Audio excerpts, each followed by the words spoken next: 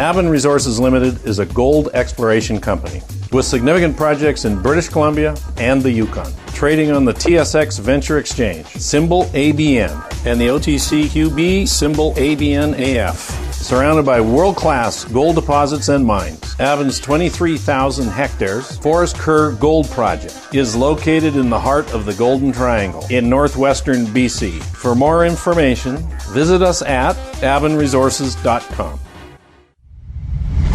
You're listening to HowStreet.com radio, available online at TalkDigitalNetwork.com. Welcome to HowStreet.com radio, the online source for market opinions. Here is Jim Goddard. My guest is Ted Dixon. He's the CEO of Inc. Research. He invented the Inc. Canadian Insider Index, which is used by the Horizons Canadian Insider Index ETF, a 2017 and 2018 Fund Data Fund Grade A Plus award winner. His website, CanadianInsider.com. Welcome back to the show, Ted. Thanks for having me back, Jim. Ted, did stocks in Canada and the U.S. reach new highs or close to it? Well, the U.S. market reached new highs thanks to, I think, a lot of summertime wishful thinking or summertime dreams, however you want to phrase it. Certainly investors are really betting that we're heading back to the summer of 1995 when the Fed was in one of the rare circumstances able to cut rates and sort of help head off a recession, whether they helped head it off or just, it was coincidental, that others can debate. But the fact of the matter was, back in 1995, they cut rates, and usually when the Fed cuts rates twice, it's bad news. It usually means we're in a recession. That was an exception to the rule, and it looks like investors are betting that we're going to get another exception to the rule. With that if the Fed does cut rates here, it will be successful in helping to avoid a recession, prolong recovery. We will have to see how that plays out. We have not had a rate cut yet, so we would have to see how the market reacts, and a lot will depend on really what the data is saying, I guess, around that time, how confident people feel about the economy. But certainly, in terms of, Jim, what we're seeing from our insider signals, what we're getting is insiders are betting on an inflation comeback. Now, we've had these signals before that haven't worked out. So will it work out this time? Well, we've had two very strong signals from our indicators. First was 2 weeks ago, which we talked about on the show. On June 3rd, we sent out to subscribers a gold buy signal based off of our gold stock buy signal based off of insider sentiment activity.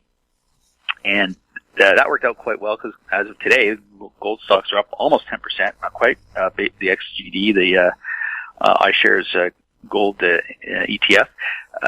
But that's worked out really well. And just last week, we actually kind of put out a very, very quick update on Friday to our Inc. subscribers, and we then posted on CanadianInsider.com for free, which people can go and take a look at on our blog section, indicating that the overall basic material sector insiders had signaled that a key support, a key bottom was established in that group. And that comes on the heels of not only gold rallying at the time, but also lumber. And lumber's had a tremendous rally here. So we will have to see, of course, if it's sustainable. And there are other commodities that have, yet to really kick in. Copper is now showing some signs of life, but I wouldn't call it a breakout yet. Maybe others would disagree, but until I think you see a 3 handle on there for more than 2 days, $3 handle on copper, there's going to be some skepticism there. But and silver's done well here as well. So it's encouraging.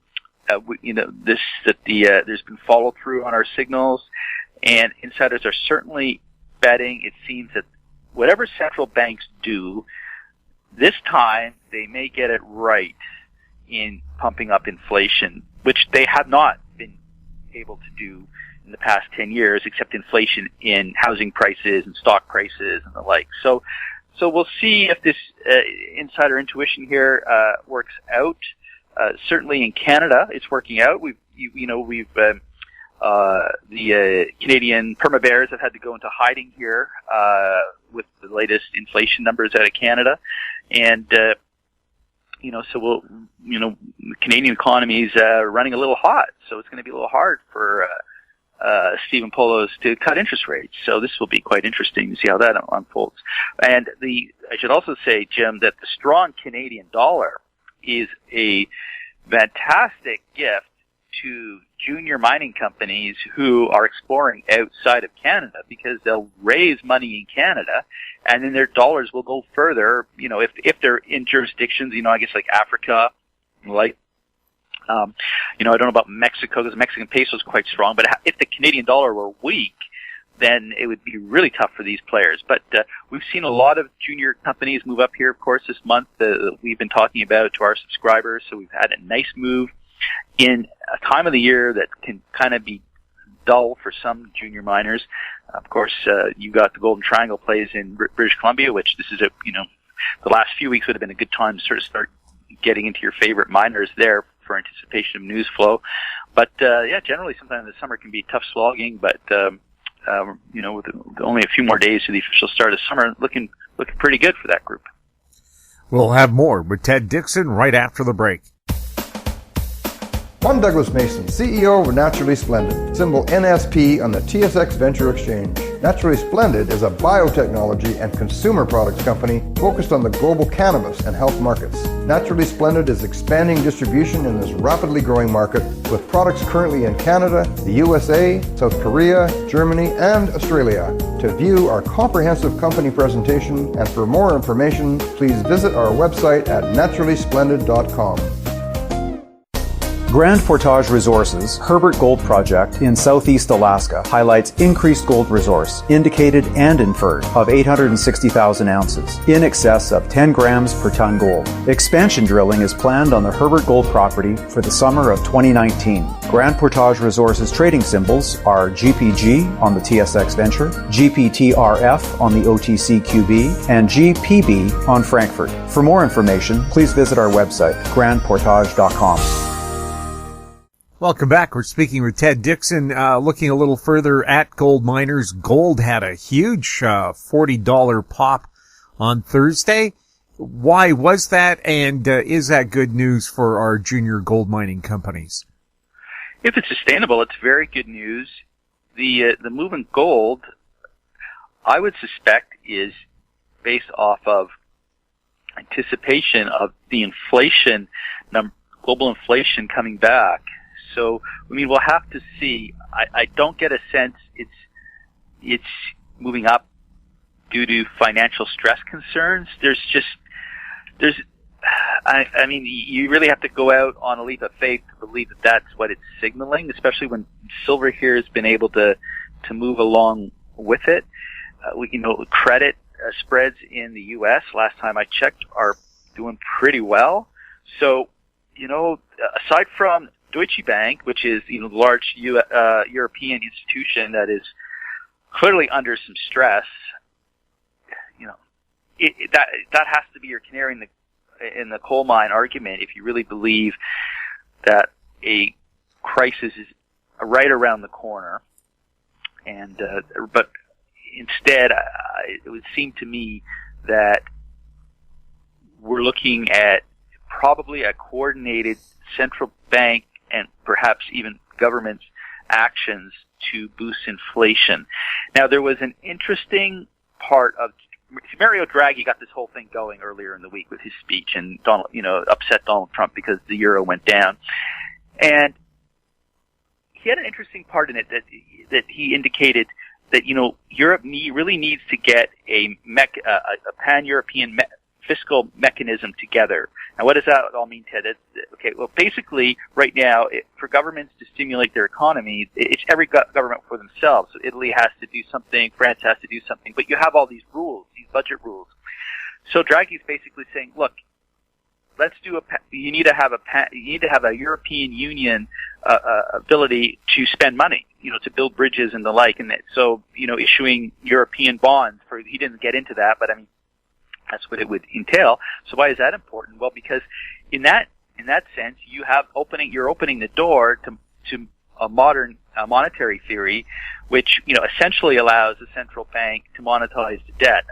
Without getting into a lot of the gory details of that theory, but right now Europe cannot do that, as far as I understand, because you've got all these different countries that have to do their own spending, and then it's harder for the ECB to actually monetize that debt, especially when a lot of these countries don't have any more room under the rules to spend any more money. So Draghi dropped a hint that maybe something's coming on that front. Now, it's not going to happen tomorrow, but certainly if things do start to get edgy in the Eurozone, whether it's through Brexit or Italy or whatever, then I think you'll see policymakers spring into action and get this kind of modern monetary theory mechanism in place, and that should be potentially inflationary. So we will see. And you got the Bank of Japan rethinking things. So there's a lot of thinking going on, I think, in the background, and maybe insiders have picked up on this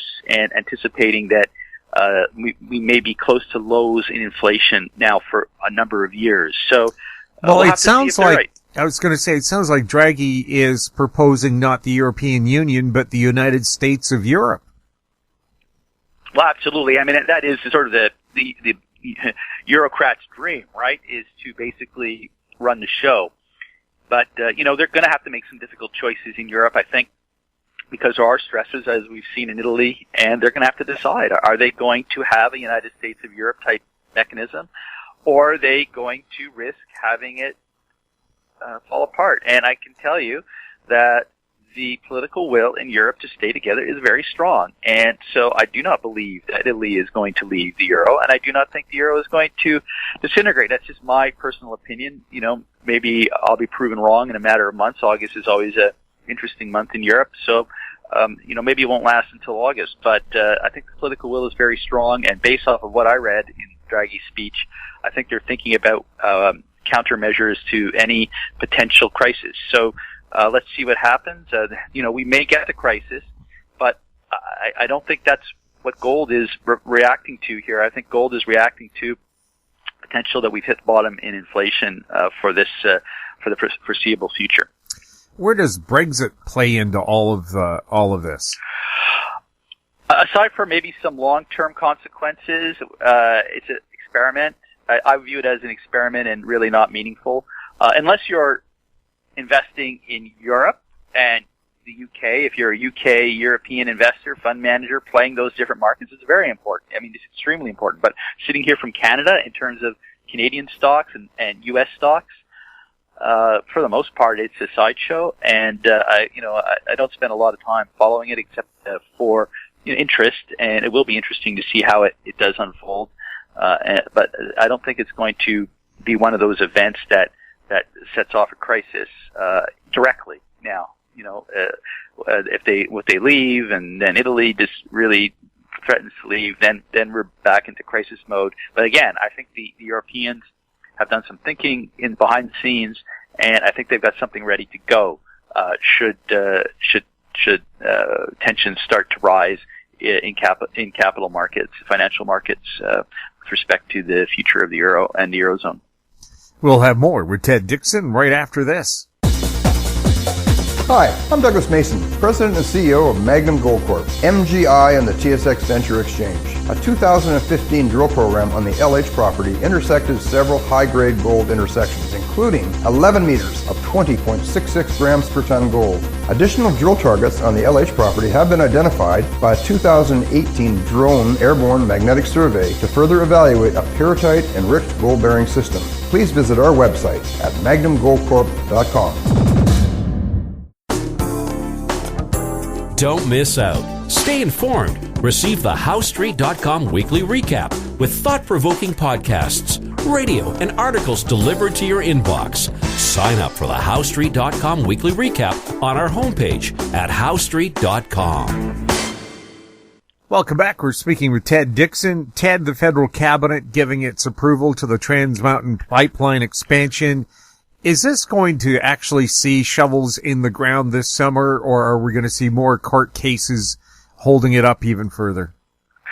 Well, I don't know, Jim. That's 2 approvals and counting. I wonder how many approvals we'll actually need before the thing gets built. It's positive. They've approved it again. So we'll see. I'll believe it. I think, like most people in the oil patch, we'll believe it when we see it being built.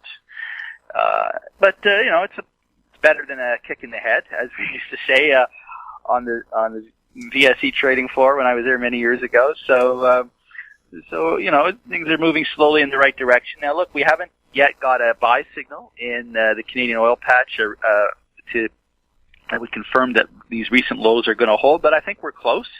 We're going to be hopefully talking about that in our market report to subscribers over the weekend. So if you're interested, you can sign up in the Canadian Insider Club on CanadianInsider.com, and you can read our commentary Monday morning.